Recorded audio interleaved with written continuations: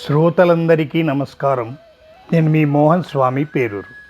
ప్రియమిత్రులారా, మన మనస్సు మన కంటికి కనపడదు, చేతికి దొరకదు. మనస్సు యొక్క చిత్రపటమును ఇంతవరకు ఎవ్వరూ చిత్రించలేదు. ఈ విధంగా ఉంటే మన మనసులోని విషయాన్ని ఇంకొకరితో చెప్పడం ఎలా? మనము ఊరికే మాట్లాడుతూ ఉంటే ఎదుటి మనిషికి మన మనస్సు ఏమిటో అర్థమవుతుంది. మన మనసులోని అంతరాళాల్లో గల సుఖ దుఃఖము, కలతలు, ఆనందాలు, అన్ని భావనలు వారికి తెలుస్తాయి. ఇది మాట యొక్క గొప్పతనం. ఒకవేళ మనము మాట్లాడకుండా మౌనంగా ఉంటే మన మనసులోని భావనలు ప్రపంచంలో ఎవరికీ తెలియకుండా ఉండు కదా. జ్ఞానము యొక్క వెలుతురు ఎంత మాత్రమూ కనబడేది కాదు. కేవలం చూసి, విని, స్పర్శ, రుచి మొదలైన వాటి ద్వారా బాహ్య ప్రపంచం యొక్క విషయాలు మాత్రము తెలిసేది. అయితే బాహ్య విషయము కంటేను ఎంతో విలువైన మన అంతరంగం యొక్క ప్రపంచమును ఎంత మాత్రము తెలుసుకొనుటకు వీలయ్యేది కాదు.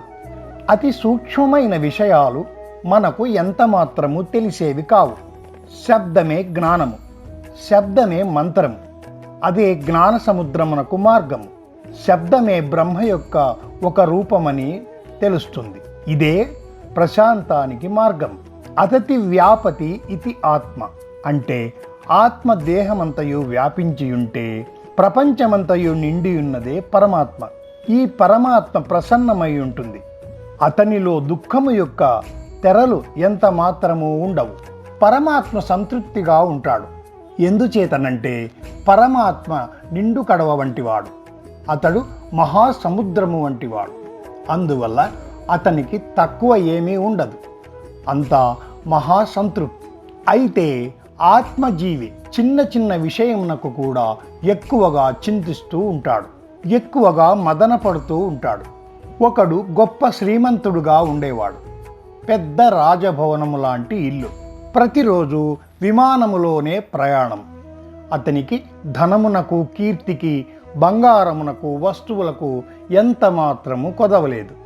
అయితే అతని కుమారుడు తాగుడు, వ్యసనాలకు అలవాటు పడి అదే విధంగా ప్రవర్తిస్తూ ఉంటాడు.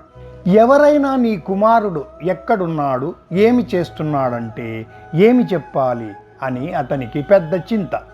సిరి సంపదలు ఉన్నా చింత, లేకున్నా చింత. అందుచేత పెద్దలు ఈ ప్రపంచము రీతే ఇంత అనిరి. భగవంతుడు పూర్ణ కుంభము వంటివాడు. అది తొలకదు, శబ్దము చేయదు. అందరూ గౌరవిస్తారు, పూజిస్తారు. అది ప్రశాంతంగా ఉంటుంది. మన మనస్సు కూడా విషయ వాసనలను పోగొట్టుకొని పరిశుభ్రమైతే పూర్ణ కుంభం వలె ప్రశాంతంగా ఉంటుంది. అదే ఆనందమయ జీవితం. ఒక బావి దగ్గర ఒక వేప చెట్టు ఉండేది. ఆ మానులో కాకి కొన్ని ముళ్ళతో గూడు నిర్మించుకొని ఉండెను. అందులో 2 గుడ్లను పెట్టి పిల్లలు ఎప్పుడు బయటికి వస్తాయా అని ఎదురు చూస్తూ హాయిగా పాట పాడుతూ ఉండెను. అదే వృక్షమునకు చివరి కొమ్మునందు ఒక గిజిగాడు పక్షి గూడు కట్టి ఉండెను. ఒకరోజు 2 పక్షులు కలిసి ఇలా సంభాషించుకుంటున్నాయి. గిజిగాడు కాకితో ఇలా అంది, నీ కర్కశమైన గొంతుతో ఎందుకు పాడుతున్నావు? ఎవరు వింటారు అంది.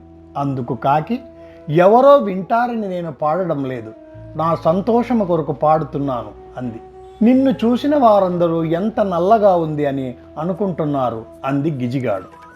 అందుకు కాకి, ఈ రంగు నేను చేసుకున్నది కాదు, ఆ భగవంతుడు ఇచ్చిన ప్రసాదంగా భావిస్తున్నాను అంది. నీ ఇంటిని ముళ్ళతో కట్టుకున్నావు కదా, దీనిని ఎవరైనా ఇల్లు అంటారా? నా ఇల్లు చూడు, రాజభవనం వలె ఉంది అంది గిజిగాడు.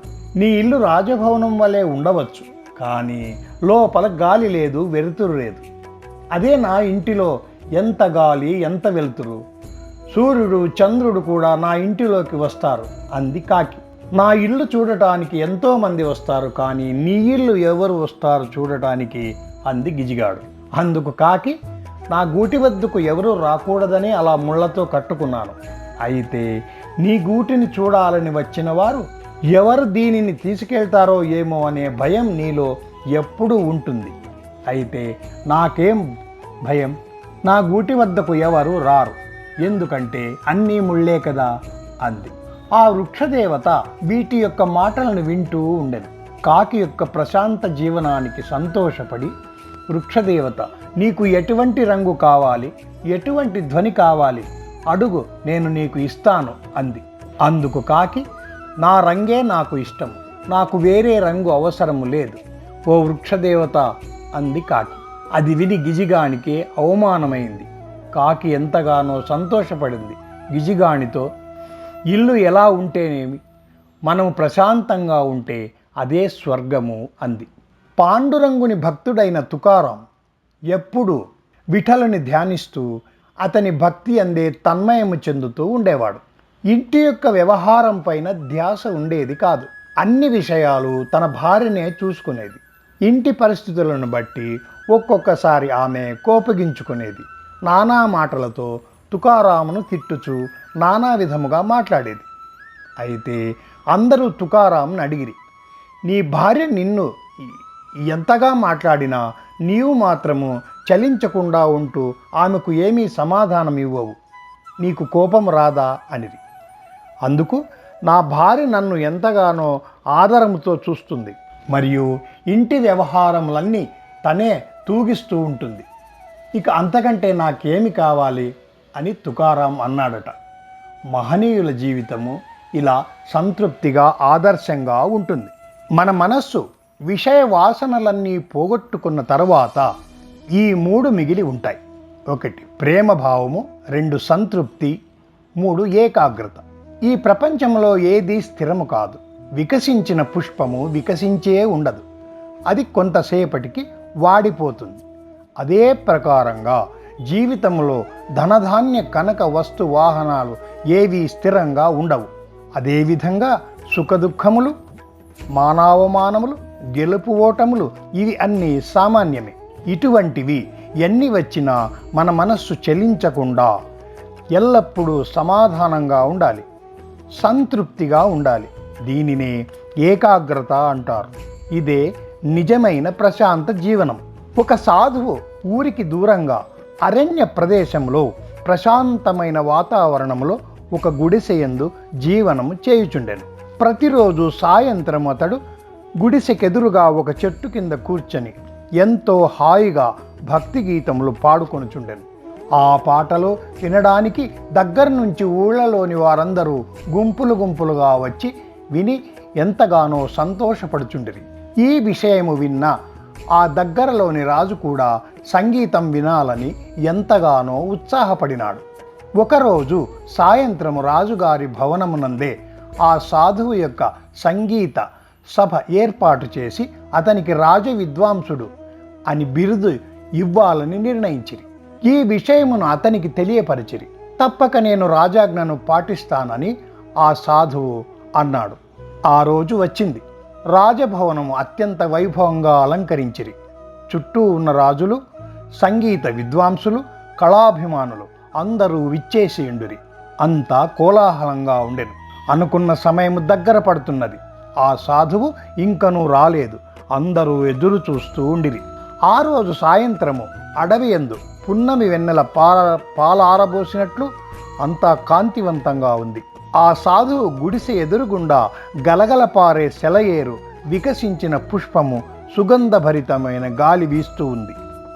ఆ సాధువు గుడిసె నుండి బయటకు వచ్చి ఈ వాతావరణంకు ఎంతో ఆనందపడినాడు. అతడు అక్కడనే కూర్చొని అంతా మరచిపోయి ఎంతో ఆహ్లాదంతో పాడనారంభించినాడు.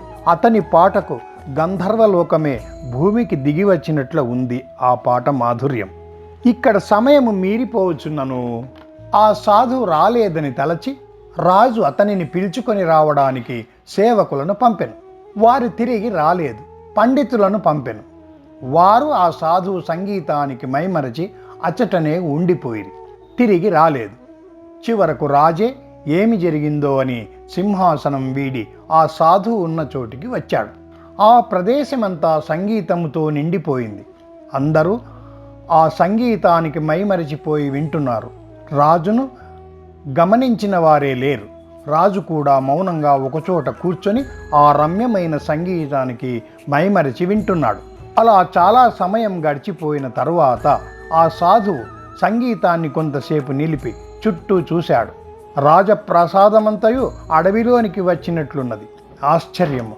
ఆ సాధువు లేచి రాజు వద్దకు వచ్చి నమస్కరించి, రాజా, నన్ను క్షమించండి. ఈ రమ్యమైన వాతావరణంలో రాజభవనానికి రావడమే మర్చిపోయినాను అన్నాడు.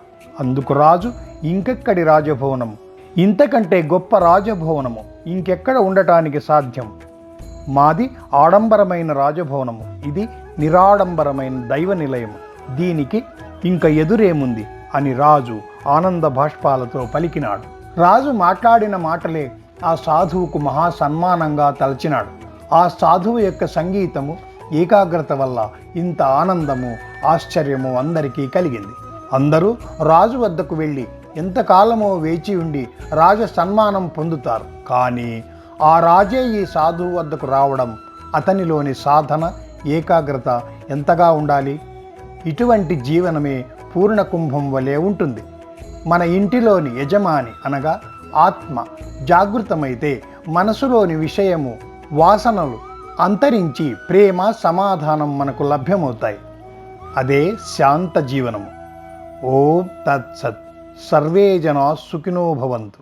సమస్త సన్మంగళాని భవంతు. మీకు ఈ వీడియో నచ్చినట్లయితే లైక్ చేసి షేర్ చేయండి. సబ్స్క్రైబ్ చేయడం మరవకండి. మన హిందుత్వ ఔన్నత్యాన్ని చాటే ఈ శుభకార్యానికి మీ మద్దతు ఇవ్వండి. శుభమస్తు.